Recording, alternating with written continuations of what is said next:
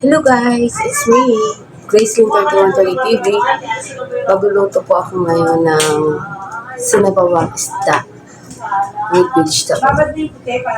Hindi po ako mag-igisa ngayon, mag-prito lang po ako ngayon. Kaya, ito po. Tara guys, tingnan natin. Nilinis ko na yung mga hinimay-himay ko na. So mag-prito muna ako ng isda ngayon. At ito ang mga ingredients po natin. Let's go guys!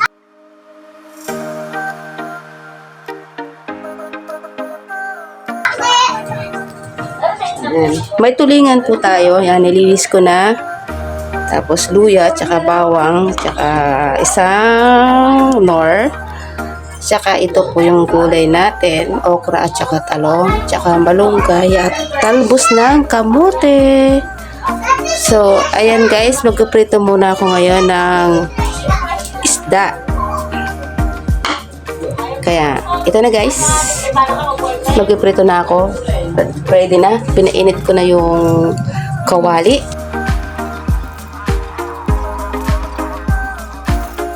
So, ayun na guys. Magpiprito na ako ng isda.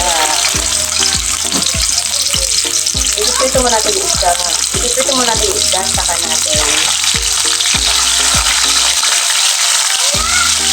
lalagyan natin ng gulay. So, after nito.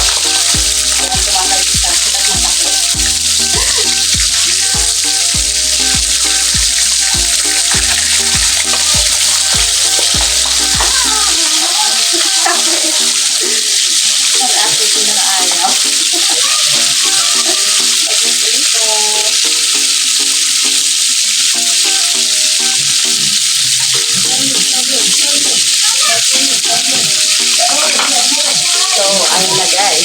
Dito muna ako at mamaya-maya po.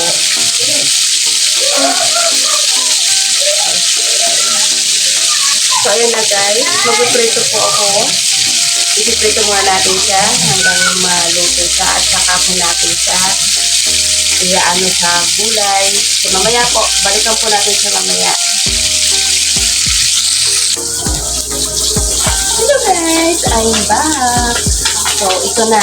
Babalikan na po natin yung piniprito ko. At alam po okay na yun. Para guys. Para guys. Ayan. Okay na siya. At pwede na natin yung hanuin para mailagay na natin sa gulay. Ayan. Okay na siya.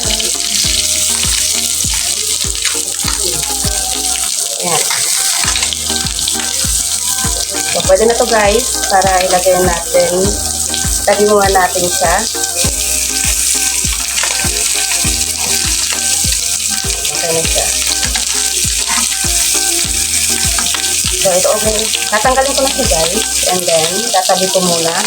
Kasi mainit. At ilalagay na natin yung ating gulay.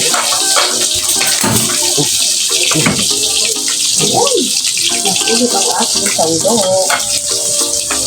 Ngayon, natapos na natin yung iprito yung isda. So, yung pagpapakulo ko ako ngayon ng tubig para sa panggulay ngayon. So, ito na, iuhulog ko muna yung luya, tsaka yung bawang, tsaka yung nor. So, pagsamasamahin na po natin hanggang kumulo yan. Pagsamasamahin na po natin yan. At saka po, lagyan ng konting magic sarap. At hintayin na po natin siyang kumulo. Pakukuluin po ng mga natin yan. Saka natin iuhulog yung gulay. At saka natin iuhulog yung gulay. Mamaya po, babalikan po natin yan. After 1 minute. 1,000 years. Hello again. Ayan, babalikan na po natin yung pinapakulong tubig para sa ating sinabawang isda. Kaya, ito na guys. Let's go.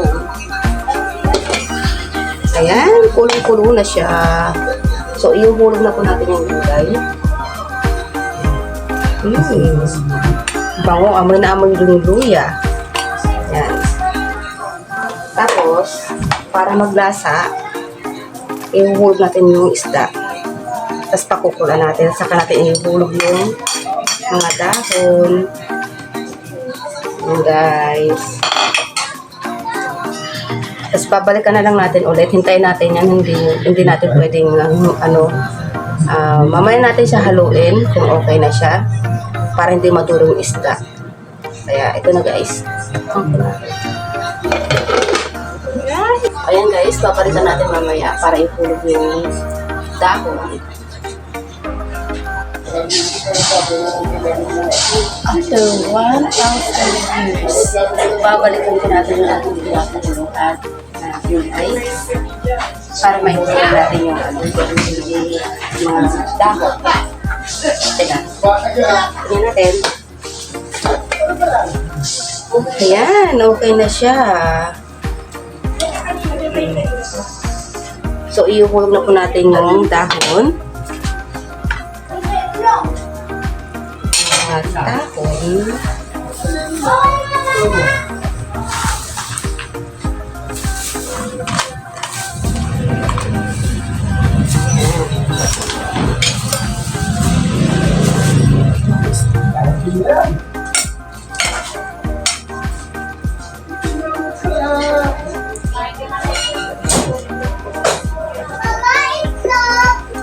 Hindi na po natin siya nilagyan ng konting kasi nilagyan ko na siya ng nor at ating lalasahan kung pwede pa natin. Kasi yung pinrito ko, nilagyan ko na siya ng asin. Kaya titikman po natin kung pwede natin siyang lagyan pa ng asin o hindi.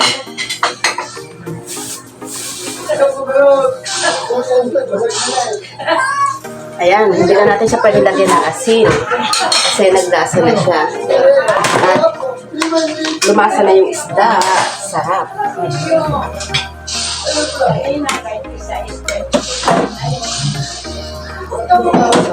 Ito na guys, pwede natin siyang hanguin para ating tikman. Ito na guys. Sarap. So, don't forget to like my channel and click the notification bell para lagi po kayo update sa i-upload ko pa mga videos. Bye-bye guys!